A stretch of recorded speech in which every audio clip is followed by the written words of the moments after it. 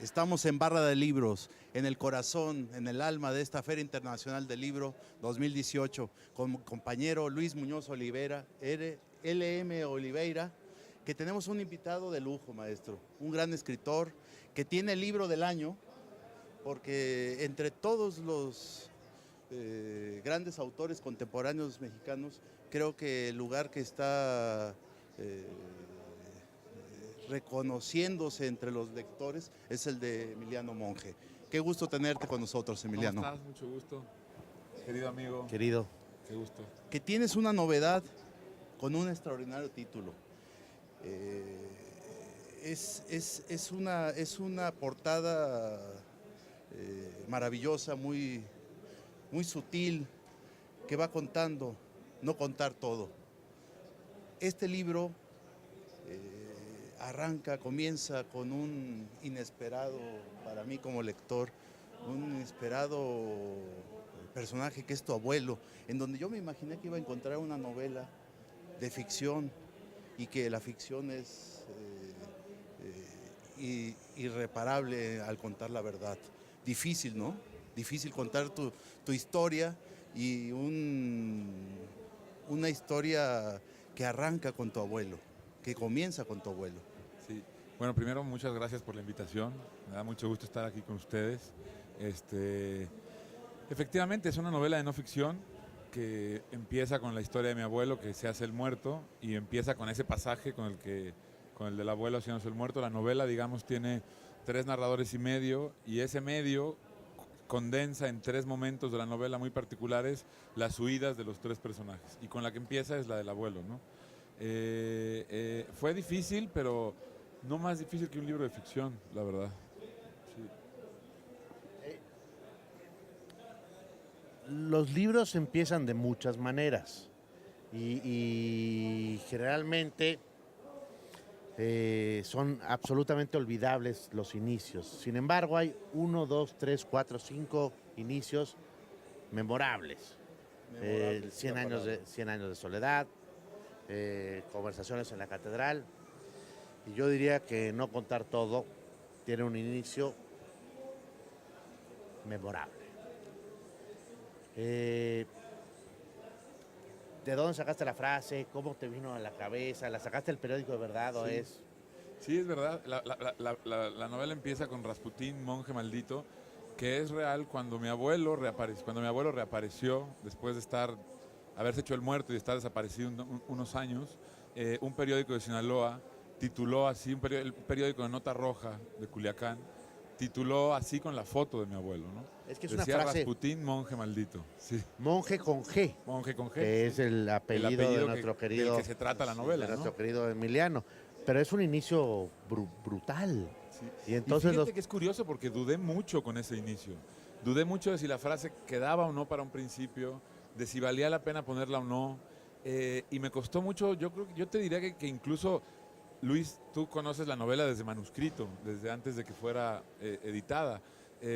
Y incluso en esos últimos manuscritos, donde ya todo lo demás se iba cerrando, yo seguía con la duda de si debía de ser ese el arranque o no, ¿no? Pues tenía que ser, porque además, insisto, se volvió memorable. O sea, digamos, yo creo que sí, ya hay una frase que es el inicio de tu novela, que la gente la va a recordar de por seculum seculorum, o como dicen los mamonenes. Monje es un tipo que está obsesionado con la prosa. Me consta, lo he visto.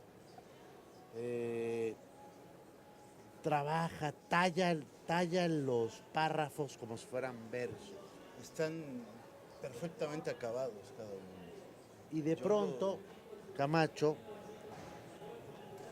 escribe No contar todo, que es, según yo, el mismo tallar de los versos, pero con una fluidez que, déjame decirlo así, no existía antes. Sí. Es decir, de pronto lograste en esa novela no solo trabajar esa obsesión que tienes en la cabeza, que es maravillosa y que los lectores la disfrutamos muchísimo, sino que además nadar, viajar, llegar.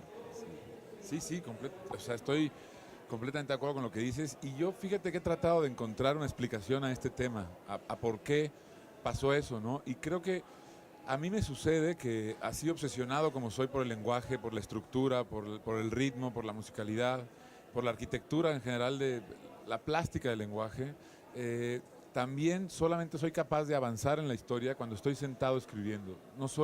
Hay escritores que pueden estar pensando en lo que va a pasar en sus novelas cuando no están escribiendo.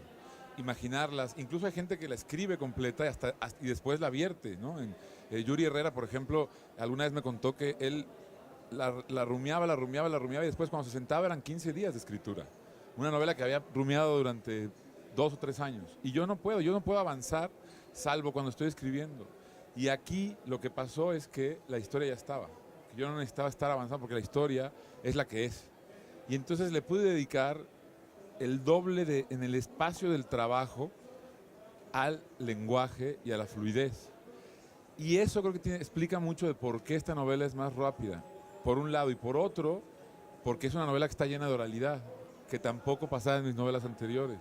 Y la oralidad da ese nadar que me parece que es muy bien, es difícil definirlo mejor que como un poder nadar en esas aguas, ¿no? Y esa oralidad que tú tienes ahí con las mujeres de tu familia, con lo que estás platicando, que estás investigando con ellas, estás preguntando, estás buscando y tu voz no se encuentra ahí. En la conversación con mi padre. En la conversación. Sí. Y con tu abuela, tu tía. Disculpe que los interrumpa para que los televidentes nos entiendan. Hay una buena parte de la novela de Monje, No contar todo, donde el que cuenta la historia, que bueno, en este caso sí es Monje, porque o sea, muchas veces decimos el narrador no es el autor, pero en este caso resulta que sí lo es, pero está charlando con su padre. Y lo único que leemos es una parte del discurso, que es lo que uno de los dos se pregunta. Y entonces, perdón por interrumpir, No, pero era... También así, también en esa como periodista preguntándole sobre tu abuelo, no estás tú, o sea, a ti te mandan a traer esas galletitas que caen mal, entonces, pero no está tu voz, a ti te están narrando, te están platicando la historia de tu abuelo. Y ese estilo en donde me sacabas unas carcajadas, yo anoche me desvelé leyéndote hasta que terminé. Se te nota, ¿eh? Y sin beber, que es más heroico. Dije, no, me agarraste con la lectura, porque yo empecé a leerlo cuando venía a Guadalajara en el avión. De hecho, tomé una foto, la compartí, de que me estabas arrancando carcajadas. Y esas carcajadas, en una melancolía, en una nostalgia de tu historia, en donde dije, qué profundidad de abrir tu historia, tu alma y la historia de 3 generaciones a un lector que no te conoce. Sí. Eso yo lo aplaudo porque uno busca historias, pero aquí en este libro, que es una novela no ficción, hay una ficción también en tu manera de platicar esta historia. Sí, esa parte en la que no está, es decir, es un diálogo en el que solo hay una voz, ¿no? Es como si no estuviera. Y yo he repetido que en una de sus últimas entrevistas, Beckett decía que se había pasado toda su vida buscando la voz de su silencio. Y es una frase que a mí me ha acompañado siempre cuando escribo. Todos los escritores tenemos ciertas sentencias que pueden ser absurdas para cualquier otro escritor, de otros escritores que a uno le hacen un eco particular, ¿no? Y que ahí están cuando uno escribe, aunque no las esté pensando. Y aquí yo encontré la posibilidad de poner la voz de mi silencio, ¿no? Y eso fue importante, pero también hay otra explicación mucho más esquemática quizá, que es una cuestión de balanceo de la novela, ¿no? Es decir, Emiliano, el personaje Emiliano, está presente en su parte y se oye su voz solo en su parte. La voz del abuelo se oye solo en su parte.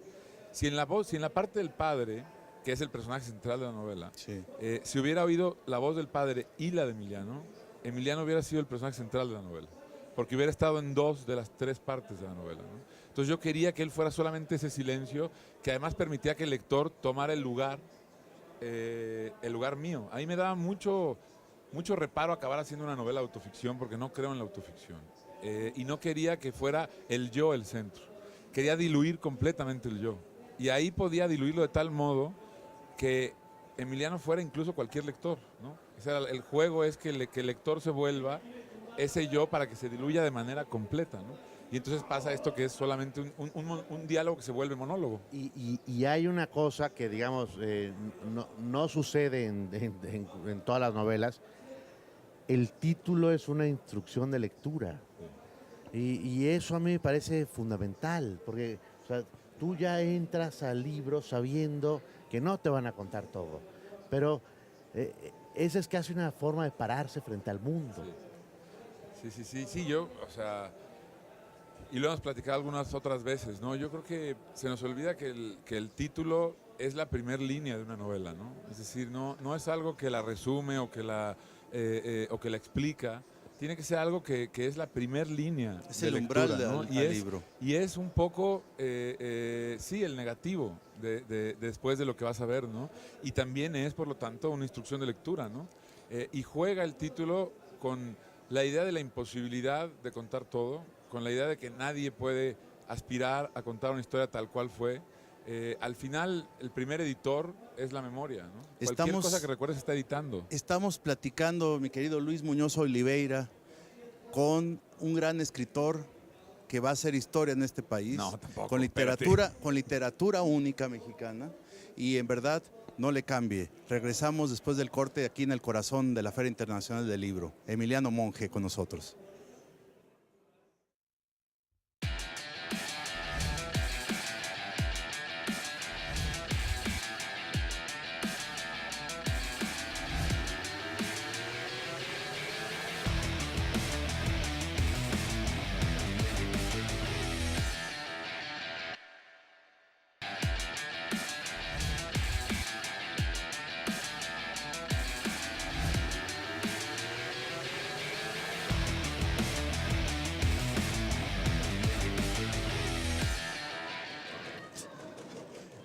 Estamos en Barra de Libros, mi querido Luis Muñoz Oliveira y su servidor Daniel Camacho, platicando con Emiliano Monge sobre no contar todo. Aquí en el poserío de la Feria Internacional del Libro que se encuentra atrás de nosotros. Nosotros fingen un terremoto en el stand de la Ciudad de México. ¿Sí? Creo que es capoeira o algo así, ¿no? Vas, Camacho.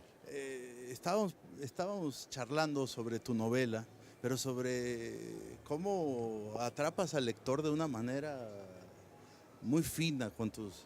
Yo podría haber subrayado frases y frases y frases como lo estuve haciendo en el libro que ayer en la noche regalé a un amigo querido, porque son, lo que tú decías al comenzar la charla, son frases muy bien acabadas, muy bien logradas, son una prosa que uno la lee de corrido, pero va uno identificándose constantemente y sonriendo de una manera, con un sarcasmo que manejas al tratar historias que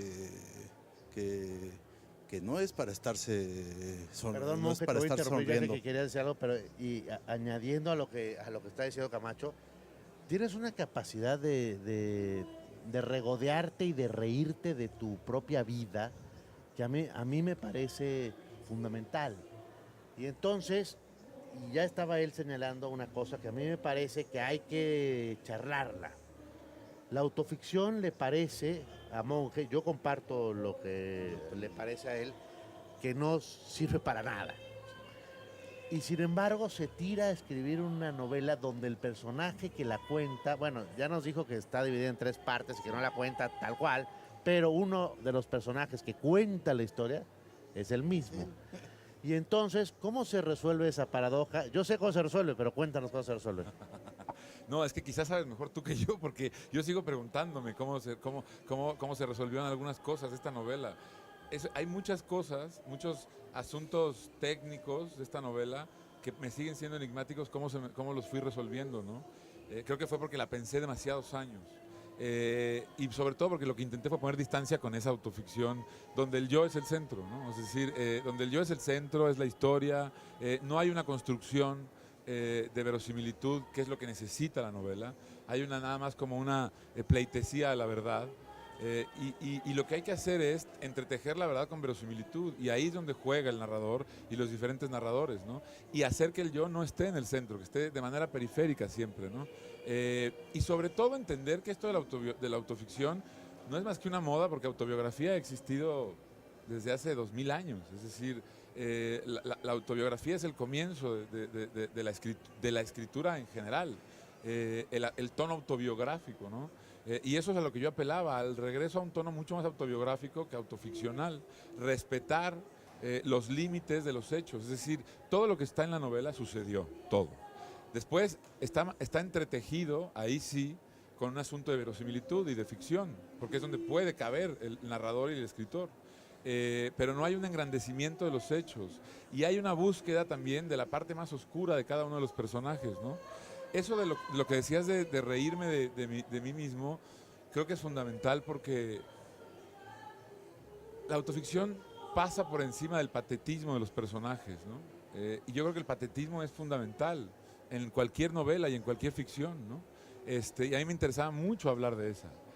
Y el humor era una deuda que yo tenía con mi trabajo, porque la gente que me conoce siempre me dice o me reclamaba que en mis libros no había humor, siendo yo una persona que sobrelleva la vida con tanto humor, ¿no? Y lo que me pasa es que me es tan importante el personaje del narrador, que lo busco hacer tan diferente de mí, que me daba mucho miedo, porque cada vez que intentaba meter humor en mis libros, era demasiado cercano a mi humor. Y entonces sentía que ahí estaba yo violando al narrador, estaba tomando su lugar, y le rehuía mucho al humor, ¿no? Y aquí, en cambio, podía hacerlo, porque al final, en la parte de Emiliano, es mi humor. Y el humor de mi padre es el humor con el que yo crecí, lo conozco, ¿no? Y el humor de mi abuelo también. Entonces, eso lo pude llevar a la literatura, ficcionalizándolo, pero me atreví a jugar con eso el humor, que para mí era muy importante, la verdad. Y lo logró, digamos, es una novela donde obviamente no se esperen una novela de chistecitos, no. Es una El novela humor es serio. donde el escritor, que tenemos aquí enfrente, se mete al fondo de su propio corazón para tratar de decirnos cosas, no todo, cosas, y con humor. Se ríe de sí mismo, se ríe de nosotros. La historia no la vamos a contar, ¿o sí? Sí, lo que quieran, o sí. la vamos a desnudar un poco. La desnudamos un poco.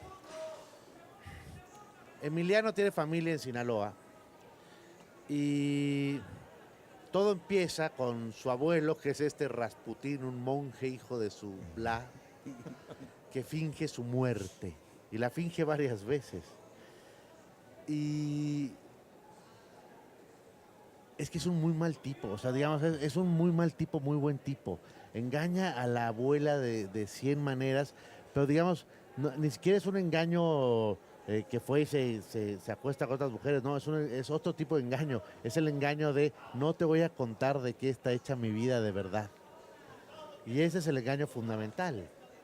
Y ahí está. Y eso es lo que cuando uno está leyendo la magnífica novela de Monje, pues yo la verdad sí creo que uno se va enamorando de tu abuelo y de lo pillo que es. Sí. Narras tan bien sus pillerías. O sea, me siento frente a Tom Sawyer, por decirte algo. O sea, me siento frente a un pillo máximo. Sí. ¿Conociste a tu abuelo? Sí, claro, por supuesto.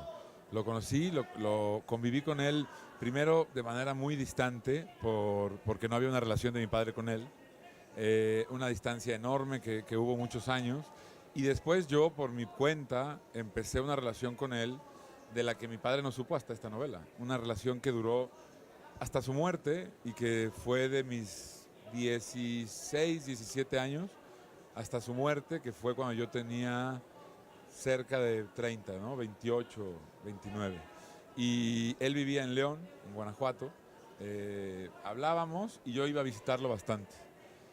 Construí además toda una ficción porque dije que tenía una novia en León, que me permitía ir a León sin tener que dar explicaciones de por qué estaba yendo a visitar a mi abuelo, ¿no? Que era como, había quedado como proscrito de la familia por los múltiples Mentiras. mentiras, engaños y violencias, ¿no? Porque también era un tipo que engendraba ese encanto, como dices, pero también de mucha violencia, una violencia muy masculina, muy sinaloense. Que es ¿no? también lo que yo como lector, sin saber el tema del machismo, la violencia machista y la violencia del lenguaje, uno lo va descubriendo de una manera muy fina. Sí, o sea, está presente el asunto de la violencia, es parte, como digamos, otra de las cordilleras o espinas dorsales de la novela, ¿no? La violencia de la intimidad, Sí. que yo creo que es la que reproducimos después. Es decir, las Eso violencias... que acabas de decir es la palabra clave en esta novela, la intimidad. Sí, por supuesto.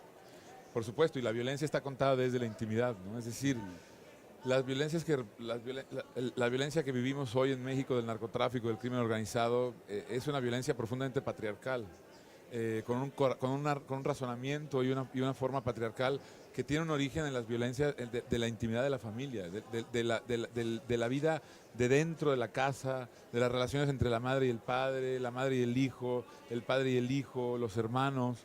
Esa lógica, esa forma de violencia es la que reproducimos, y a mí me interesaba hablar de cómo se hereda esa violencia y cómo se va, al mismo tiempo que se va heredando, cómo se va deformando. Es decir, el abuelo es muy burda esta violencia, es muy física. En el padre es completamente, es una violencia del lenguaje, ¿no? Del trato, de la forma, y en el hijo es absolutamente, o en el nieto, o en el personaje de Emiliano, que me cuesta mucho hablar porque parezco Hugo Sánchez hablando en tercera persona de sí mismo. No, y sobre todo con el acentito. Exacto, pero es completamente falsa, es decir, la violencia está en la ficción, en la mentira, en la falta de la verdad, se cuela a un universo del engaño, ¿no? Es decir, esas violencias se van deformando, pero a veces no se van superando, se van reciclando de una manera distinta, un poco como si fuera como la energía que no se crea ni se destruye, solo se modifica. Pareciera que nuestras violencias solo se modifican, ¿no? Y es una historia con un mosaico de realidad compleja, que es la de nuestra sociedad hoy en día, ¿no? O en el país, lo que estamos viendo, o sea, lo que estamos viendo no nada más estás platicando de un México real, o sea. Y trata de dialogar, yo trato de hacer que lo que todas las familias han hecho, las familias además de existir como familia tratan de insertarse en el periodo histórico en el que están y en el país en el que están, y tratan de... Lo que sucede es que aquí no se cuenta, como en mis otros libros, la historia de manera directa o los sucesos políticos de manera directa, sino que la formación del narcoestado, la guerrilla, el movimiento del 68, el halconazo, después el movimiento de huelga de la UNAM, se cuentan desde la intimidad. Vamos a un corte y regresamos para seguir charlando, mi querido Luis Muñoz Oliveira y yo, Daniel Camacho, con el gran escritor Emiliano Monge, aquí en el corazón de la FIL.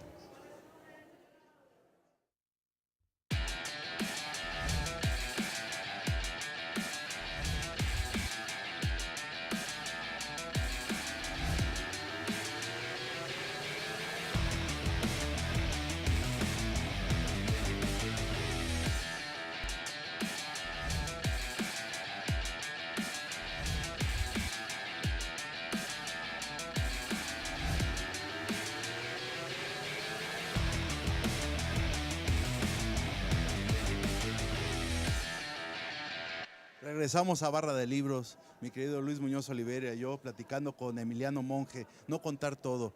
Vengan a la Feria Internacional del Libro, dense una vuelta aquí en la Expo Guadalajara, pasen por el stand de Random House, ahí van a encontrar en ese stand el libro No contar todo.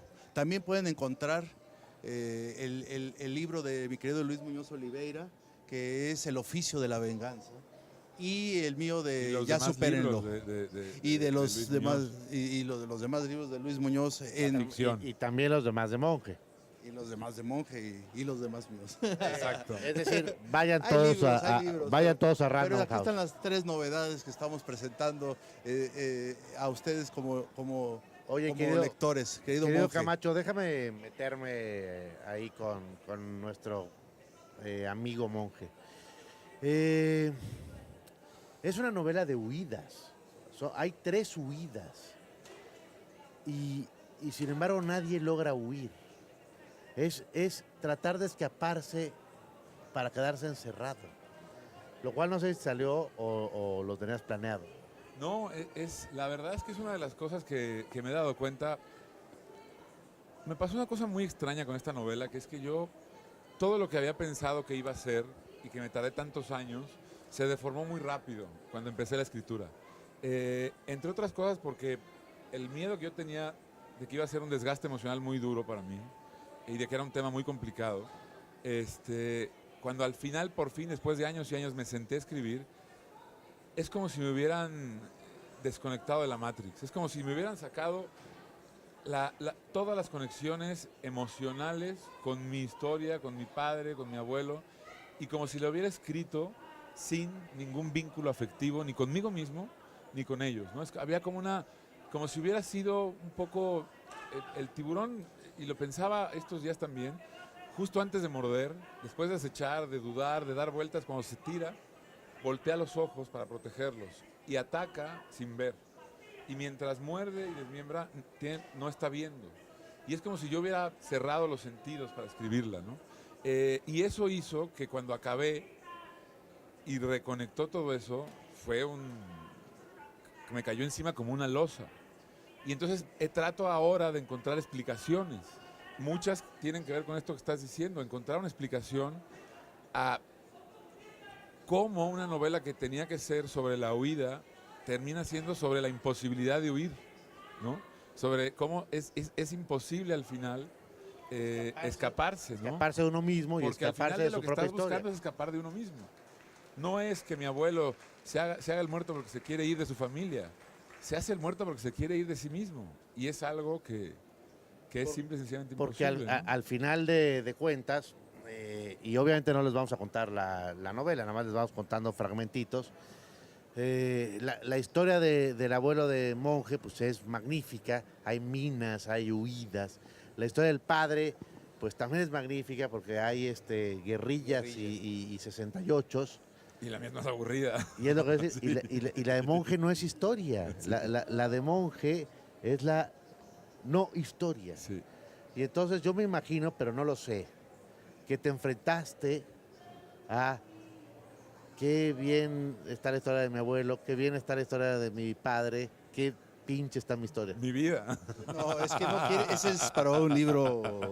No, es que venidero. tiene razón Luis, y Luis lo dice ahora muy bonito, pero cuando acabó de leer el manuscrito, lo primero que me dijo fue, ay, sí, qué chingona su vida, la de tu abuelo, la de tu padre, qué pinche tu vida, ¿no? Y es verdad, es decir, pero al mismo tiempo, mi manera de huir, que es un poco también de lo que se trata, fue no en la vida real, ¿no? Es decir, yo la herramienta que encontré para huir fue en la ficción y en la mentira.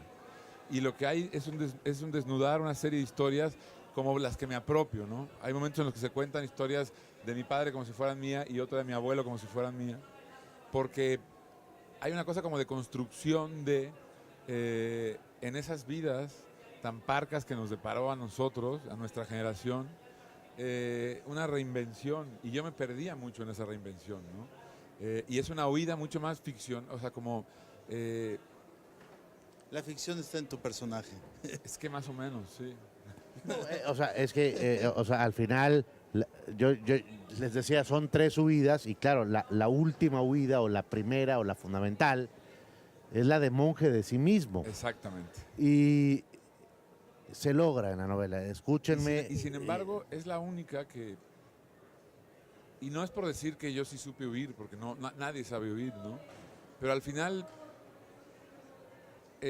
quizá por eso, porque yo fui el único que en vez de huir de mi vida, huí de mí mismo, hay una distinción fundamental con las huidas del padre y del abuelo, ¿no?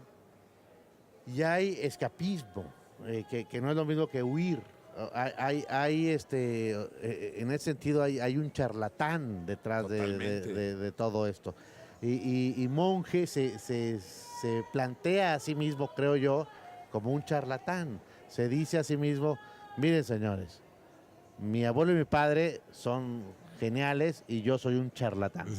Sí, totalmente, sí. Sí, totalmente. Y la novela se trata en buena medida de eso, porque el abuelo también es un charlatán y el padre también es un charlatán en una medida, ¿no? Porque también, y repito, tiene que ver con esa masculinidad mal vivida. Es decir, vivimos en un país donde la masculinidad está erradicada por el machismo. No hay posibilidad de una masculinidad sana. Y cuando no hay posibilidad de una masculinidad sana, uno se inventa personajes y personajes y personajes, y eso nos vuelve a todos charlatanes en una medida, ¿no? Y entonces hay esa construcción y deconstrucción, y no me quiero poner a decir palabras francesas porque sí. Te quieres poner esdrújulo. No, es que exactamente. Discúlpenme quienes nos están viendo, pero yo detesto esas palabras. Entonces me las callo, me las guardo para mí mismo. Pero sí hay una deconstrucción de Monge y de su prosa y de su vida. Si ustedes han leído a Monge, que me imagino que sí, porque como decía Camacho, se está volviendo uno de los personajes más importantes de la literatura mexicana, se habrán topado, como ya les dije, con una obsesión absoluta por la prosa. Monge lo ha tenido siempre, tratar de tallar los párrafos como si fueran versos, en ese sentido es casi un poeta. Y cuando se acerquen ustedes a no contar todo, van a ver que hay una evolución, yo creo que fundamental, desde un monje mucho más sufrido a un monje libre. Y no quiero ser cursi, pero de pronto monje se suelta, monje está libre. Como decía antes, monje nada. Y ahí se siente en la prosa. Es una prosa que nada, flota. Sí, sí hay un camino. Bueno, primero antes de decir eso quisiera decir que los dos han dicho esto de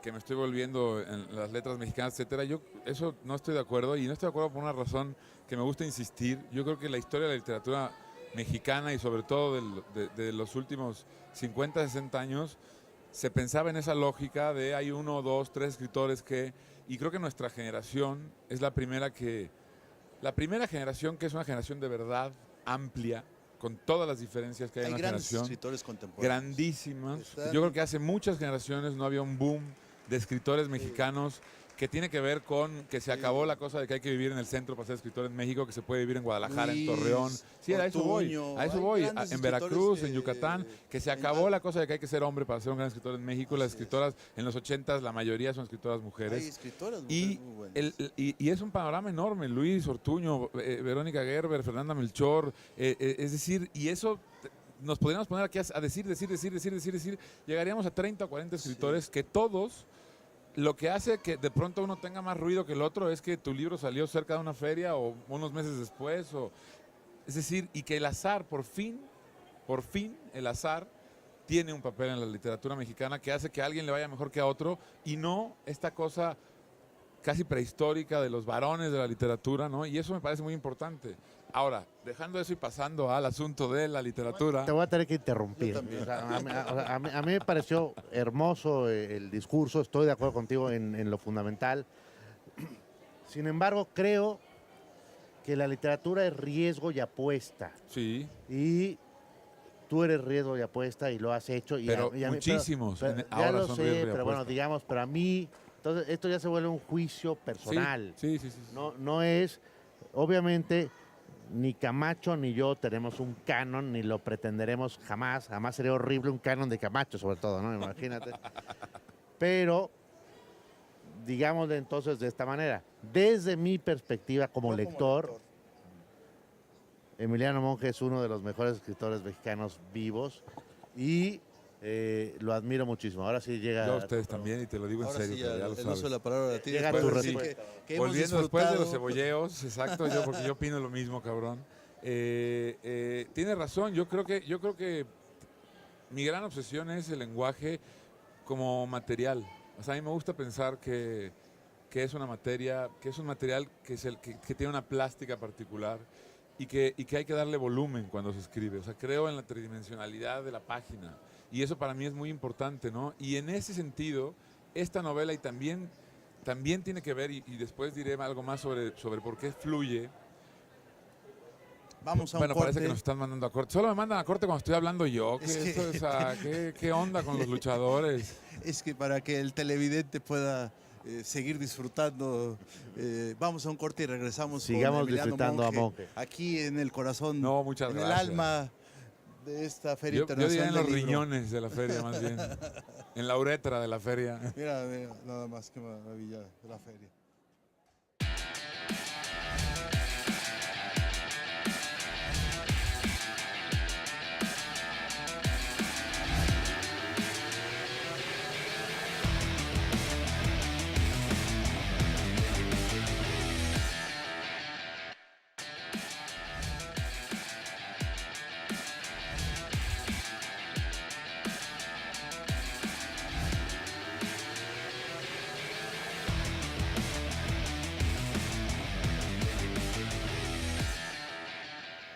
Estamos en Barra de Libros con mi querido Luis Muñoz Oliveira, charlando sobre ustedes no dos, contar todo aquí en bastante, y eso que no estamos bebiendo, con Emiliano Monge. Oye, Emiliano, ahorita mi querido Luis, fuera de corte, te va a preguntar, dijo que te va a preguntar sobre qué te gusta leer, pero yo primero te quiero preguntar, ¿qué te gusta beber? ¿Qué me gusta beber? Pues Todo. mira, sí, si está frío, no, pues, o sea, todo me gusta beber, pero me gusta mucho la cerveza. Yo soy como Luis, me gusta mucho la cerveza, el vino y el whisky. Y el gin tonic también, si hace calor. ¿Y música? ¿Qué nadie te gusta es como escuchar yo. de música? No, en cantidad, no, o sea, eso, yo tengo un respeto, un tótem aquí Me pongo de pie. infinito. Mejor hablemos de literatura, porque Estamos hablando, la vida privada es vida privada. Música, fíjate, de música soy bastante temporal, digamos, por épocas. Es decir, tengo épocas en las que escucho mucho jazz, tengo épocas en las que escucho punk, pero épocas largas. Me refiero a un año y medio, hasta que me canso y entonces voy a otro y vuelvo después. Pero hay cosas que se me van quedando siempre. El punk me gusta mucho cierto jazz, cierto bossa nova y el rock. O sea, Oye, Monje, perdón que meta mi cuchara. ¿Y cuando escribes, escuchas música? no. Fíjate que ¿Silencio absoluto? Fíjate que eso es algo que a mí me sorprende mucho de los escritores que pueden escribir oyendo música.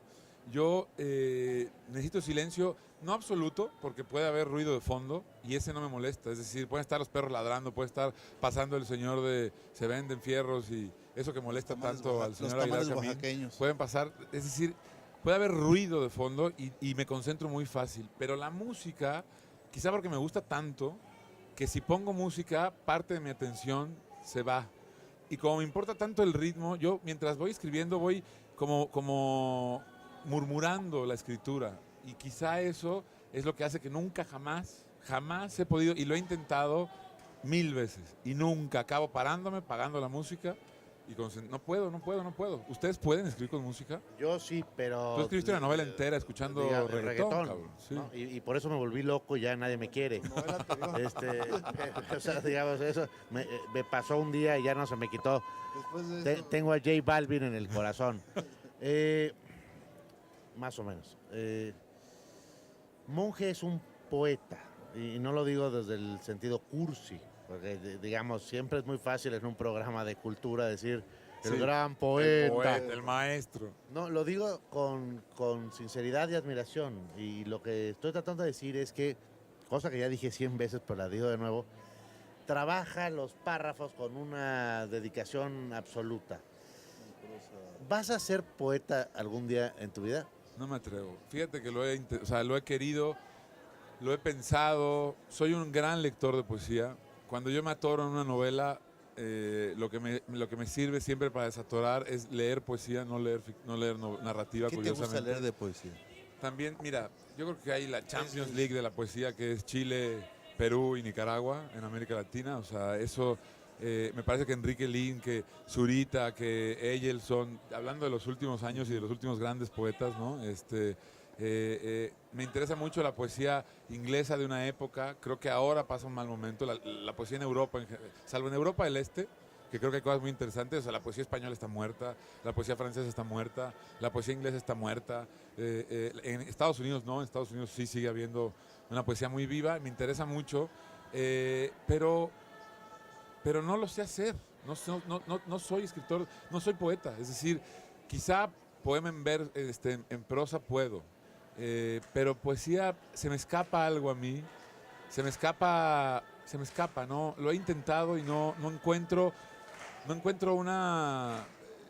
lo mismo que me pasa. Yo sé cuando un texto voy a llevarlo a término o no, por si estoy o no apasionado con el lugar de cada palabra. Si no, me genera necesidad de que la palabra donde vaya. Si estoy escribiendo como medio por encima, sé que es un texto que no tiene futuro, ¿no? Y eso me pasa con la poesía, no logro morder. Tú has escrito poesía, yo no sé si la vayas a volver o si la abandonaste para siempre. Pero... La abandoné, no la abandoné, me abandonó. Amo la poesía, ustedes lo saben, pero entiendo perfectamente lo que dice Monje. Es quizá lo más difícil a lo que uno se puede enfrentar en la vida. Sí. Y entiendo lo que dices de la mordida. Eso pasa no solo con el verso, pasa con la literatura en general, ¿no? Sí.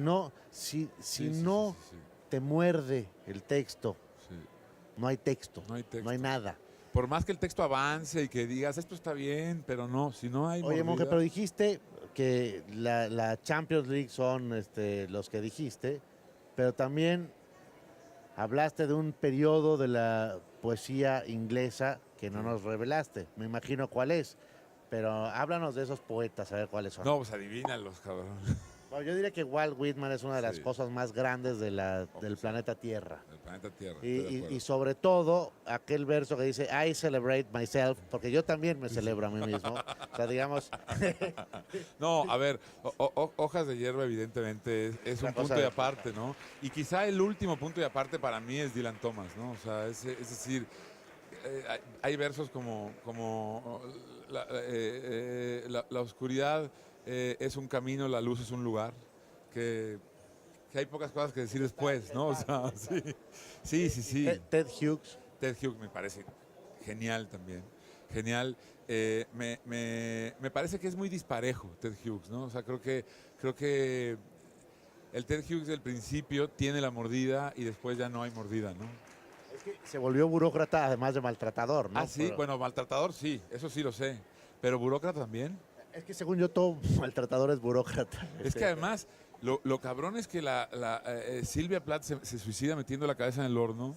Y que no contento con eso, la segunda mujer de Hughes se suicida metiendo la cabeza en el horno. Es decir, si eso no es un manual del maltratador, no sé qué sea, ¿no? O sea, y Silvia Plath me parece además una poeta mucho más interesante. Una poeta profundísima y Pues, potente. Genial. México, ¿quién? De los actuales, a mí me parece que Julián Herbert es un poeta muy interesante. Me parece que Paula Abramo tiene un libro bellísimo. Oscar de Pablo me parece un poeta inteligente, divertido y muy político, pero puramente. Es decir, no es consigna, no es panfleto, es la poesía para que la política, o sea, es decir, para que un Roque Dalton exista tiene que haber 3,000 panfletistas. Y Oscar de Pablo logra ir mucho más allá del panfleto, ¿no? Hay cosas el Chepe, José Eugenio Sánchez me parece otro genio también. Hay muchos. O sea, yo creo que México, y también en poesía nuestra generación tiene cosas muy interesantes. Isabel Zapata, que es una mocosa, una persona muy joven, también es muy interesante. Hay mucho, yo creo. Novelas. ¿Cuáles estás leyendo? ¿Cuáles te gustan? ¿Cuáles recomiendas? Pues mira, son tres preguntas muy distintas, ¿no? ¿Cuáles me gustan o cuáles estoy leyendo o cuáles recomiendo? Las tres, en orden. Este año recomiendo, y lo he dicho en todos lados, tu novela, El oficio de la venganza. Eso lo dice porque lo invité al programa. No, cabrón, no mames, si lo del programa no lo agradezco, güey. Ese es un acto de amistad. Recomiendo mucho que haya leído el libro de Juan Cárdenas, El Diablo de las Provincias, la última novela de Juan Cárdenas. Es una que bestia. Es una bestia. Me interesa mucho la nueva novela de Hernán Roncino, el argentino, que se llama Cameron. Me interesa el libro de cuentos de Claudia Ulloa, que es bellísimo, sobre todo porque es como en esta cosa que estamos hablando de la generación, que yo creo que lo extiendo a América Latina, de pronto hay como una cosa que de verdad es en un territorio de piedras, alguien dejó un fósil o una fibra de vidrio. Es decir, es algo tan diferente, tan original, tan propio, tan único, que ese libro Pajarito me parece bellísimo, ¿no? Y esos son los que he estado leyendo y los que recomiendo, así que este año diga, son los libros que me gusta recomendar. Y de ensayo, no, es que hay muchas cosas, la verdad. O sea, ha sido un año con muy buenos libros, ¿no creen? Yo creo que sí. Afortunadamente hemos tenido un 2018 potentísimo, ¿no? Sí. Y ya sé que esto sí se tiene que decir entre comillas, de la gran literatura, es decir, de... ¿Quiénes son tus autores?